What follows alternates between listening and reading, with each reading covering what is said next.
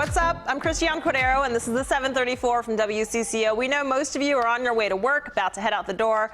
So let's get you started with today's weather. I am happy to report today's weather. Look at that. That orange-yellow thing right there, that's called the sun. We haven't seen it in a little bit, so it might look unfamiliar. Don't stare at it directly. You might hurt your eyes. Sunny and mild later today, 55, 54 degrees. I am fully Minnesotan now, and I plan on sitting on a patio later this afternoon. Not going to lie, even if there's a sweatshirt involved in that. Enjoy it if you plan on getting out there. All right, now let's talk about this. Minnesota students got to sleep in this morning. It is MEA Break. The one-day teachers conference means a two-day break for students around the state. Many families use the long weekend to take a quick vacation. Others may use the time off for a staycation and do something a little bit closer to home. So we want to know, how are you spending MEA Break? This is something we often talk about, right? What are you doing this weekend? How are you getting out and about, or how are you going to enjoy your long weekend back at home? Let me know. Those watching on Facebook, leave a comment right here. We'll get through a few of those in a moment.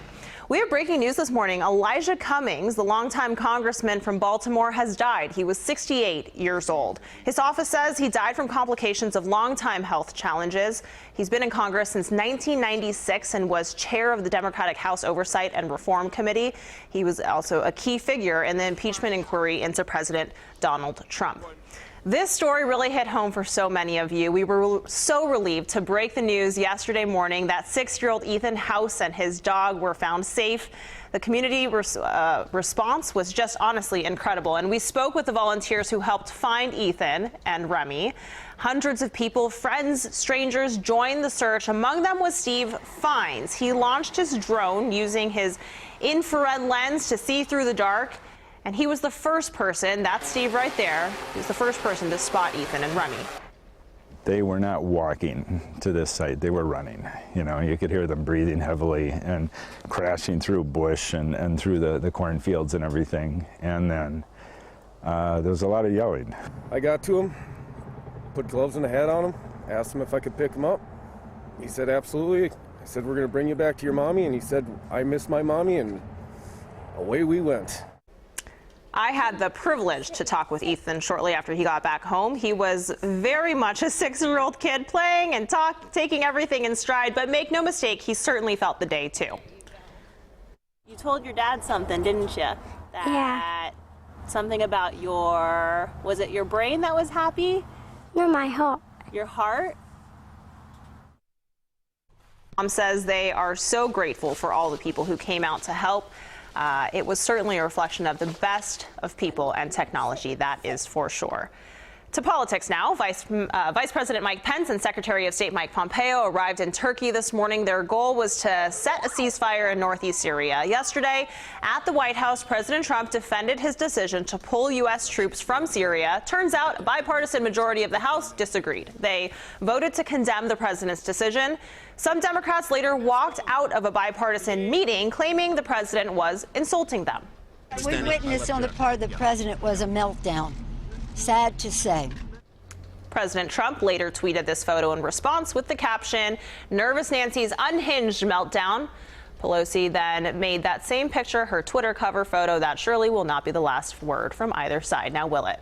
We told you Senator Amy Klobuchar's needed to step up in order to stay in the White House running. It appears that she did just that. Klobuchar's campaign says it raised $1.1 million in the 24 hours after the debate in Ohio. Her team says that was Klobuchar's best day of online fundraising yet, even surpassing the announcement in that iconic February blizzard, if you remember that. Today, our current governor will celebrate our last governor. Governor Tim Walz will host an event unveiling the official portrait of former Governor Mark Dayton. The portrait features the two-term Democrat in front of the Capitol building. In keeping with tradition, Dayton's portrait will line the walls of the state capitol, along with every other Minnesota governor. 2 more Minnesotans have died because of vaping, bringing the state's total up to 3. The latest victims were older than 50 years old, and the health department says that one of them had vaped illegal THC. At least 105 other Minnesotans have reported getting sick. Most cases involved illegal products, but health leaders say they can't guarantee the safety of any vaping products. St. Paul just voted to raise the buying age of cigarettes and e-cigarettes from 18 to 21 years old. The city also voted to ban the sale of all flavored tobacco, including menthol. The St. Paul is the 5th community in the last 3 days to pass these laws. A sign of hope for General Motors workers, the company and United Auto Workers Union struck a tentative contract deal. If approved, it would end a month-long walkout. Details of the 4-year pact weren't released, but workers were demanding greater job security and a path to permanent positions for thousands of temporary workers. The strike cost GM an estimated $2 billion in lost production. In Chicago, schools are open, but classes are canceled today. Why? Well, 25,000 teachers are set to strike in the nation's 3rd largest public school district. It has more than 300,000 students. Teachers want higher pay and they want smaller class sizes. As we mentioned, Minnesota schools are closed for MEA break. Many families use the long weekend for college visits. Maybe you're typing that right now as you let us know what you're doing. I want to share a few questions you might not think to ask while on those visits, but you probably should. These are by and large things that will affect you or your kid. Presumably they're the ones who are not watching this right now. Every single day. Most colleges will openly tell you about class size, but get the students in those classes to talk about what the classes are actually like. Are they mostly lectures or are they mostly discussions? People learn differently, so that kind of stuff really matters. Speaking of classes, ask students whether they typically get their first choices. If you can't get the ones you need, you might end up staying longer than you expect and also spending more money in tuition. We spoke with the U of M's director of admissions about some of the questions they get. We get a lot of questions about what does a day look like? Because, you know, in the college experience, a day, you might have one class in the morning and then you might not have class until the late afternoon. And that looks very different from the high school experience. It sure does. And one other thing, ask about the Wi-Fi. Get a sense of how well it works because that kind of stuff, it matters, right?